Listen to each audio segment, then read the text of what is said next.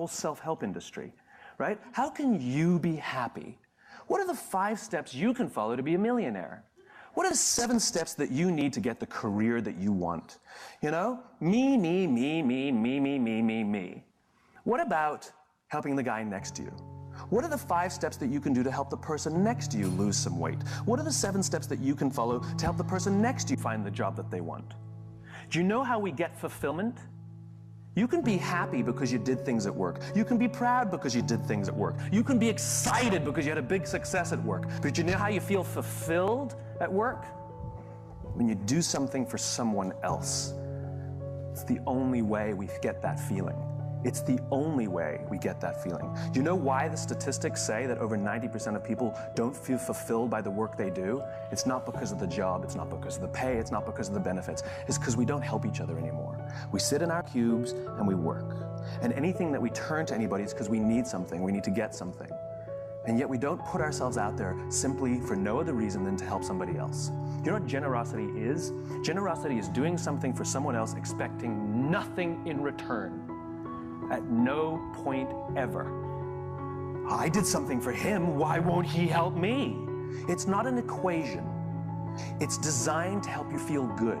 And Mother Nature has given us this feeling when we do something for someone else to encourage us to do it. Because when we are in groups, when we are surrounded by people who believe what we believe, trust emerges and our very survival and progress goes up.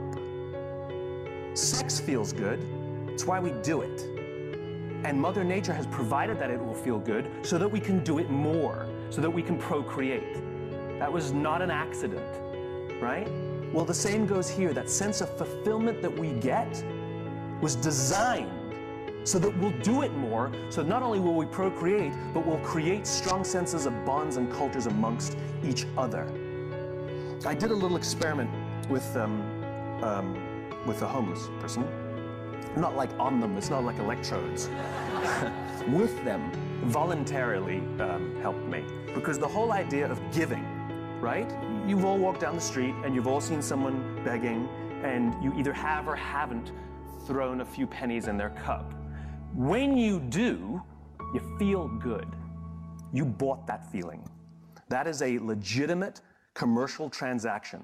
You know, commercial transactions are defined as the exchange of consideration. There was an exchange of consideration here. You gave money, you got the feeling of goodwill. You paid for that feeling. If you didn't give money, you either feel nothing or you feel bad. You can't feel good by not giving. All right? You paid for that feeling. So now the question is, how is that person encouraging us to give? The joke is, they act like every corporation in the world. They talk about themselves. Me, me, me, me, me, me, me, right? Like they sit there with their little outdoor advertising, little sign, right? And it says, I'm homeless, I'm hungry, I got 12 kids, I'm a veteran, God bless. They got it all in there. Trying to appeal to somebody, the religious vote, the veteran vote, you know, the child sympathizer, surround yourself with lots of pets, go for that one too, right? All in an attempt to get something from someone. Takers, not givers, right? All about me. Well, what do corporations do? We've added more RAM, we've added more ROM, we've added more speed. This one's #1. We're the biggest, we're the best. We've been around since 1969. We're better than them, we're faster than them. We're more efficient than that one. Me, me, me, me, me, me, me, me, me, me. And so even if we buy their product, guess what? I don't really feel much. So I did this little experiment. I found a nice homeless lady on the streets of New York who's willing to help out. And I learned that with her sign, which was pretty typical, I'm homeless, I'm hungry, blah, blah, blah, she makes between $20 and $30 a day for her day's worth of work, 8 to 10 hours of sitting there selling goodwill. 8 to 10 hours, she'll make $20 to $30. $30 is considered a good day. I changed her sign, and the new sign made her $40 in 2 hours.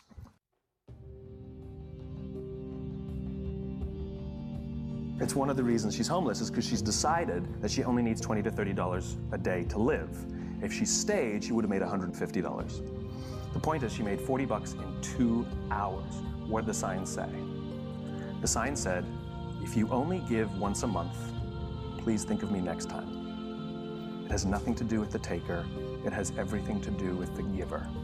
And what are the objections people give?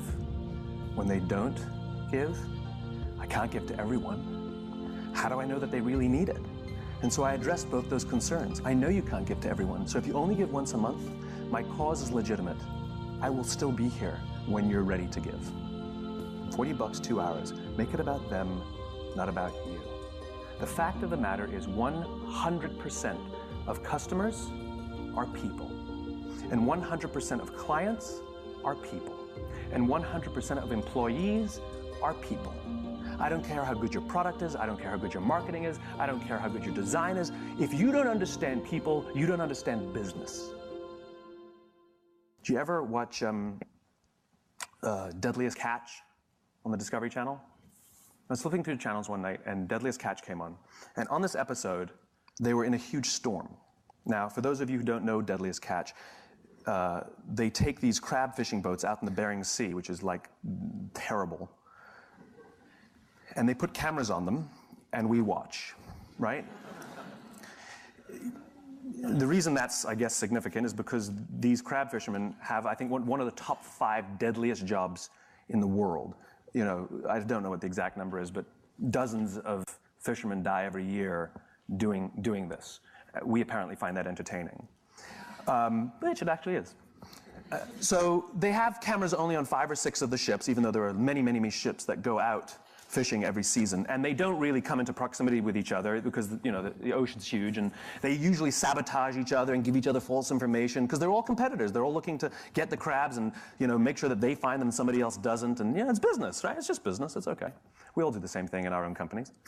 And in this one episode, this big, huge storm was so violent that they had to bring all the pots, which are the big cages that they catch the crabs in. They had to bring all the pots back on the boat and wait out the storm. And just by dumb luck, one of the boats that had cameras on it was in proximity of a boat that didn't have cameras on it. And so they filmed, they had secured all their pots on the deck, and so they started filming the other boat. And they filmed a guy climbing on the outside of the cage, securing the pots. And all of a sudden, a huge wave hits the side of the boat, and the guy's not there anymore. And the people on the boat with the cameras start screaming, "Man overboard, man overboard, man overboard." And they turn their boat towards where they think he might be. He's a stranger, they don't know him, they don't know the crew members of the other boat, and yet they react. And they turn towards him. And they find him in the drink. And for those of you who don't understand how dangerous this is, if the water is so cold that if you're in the water for, I think that it's a minute or a minute 30, hypothermia will set in and you die. And they come upon him, and he's screaming, "Don't let me die, don't let me die." And they pull him on board, not out of the woods yet. They strip off his clothes because it's wet and cold, and they wrap blankets around him to prevent hypothermia from setting in. And he survives. And it's overwhelming. And the captain comes down. And this is all on, I mean, you can go watch it on TV. The captain comes down and he hugs this stranger, this young man, his competitor. He hugs this guy as if he's his own son. I lost it. Everybody is crying. And you realize what happened here was a human interaction.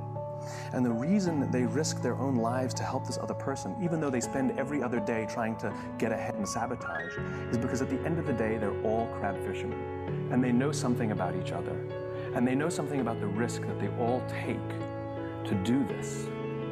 And when push comes to shove, they will put themselves out there to help each other for no other reason than they get it. They're one and the same. I will promise you that every single member of that crew that day went home with a feeling of fulfillment. I promise you that every single person on that crew that day felt more good in their hearts and in their jobs than the richest days that they've ever pulled in. My question is what are you doing to help the person next to you? Don't you want to wake up and go to work for the only reason that you can do something good for someone else? Wouldn't you want them to do that for you?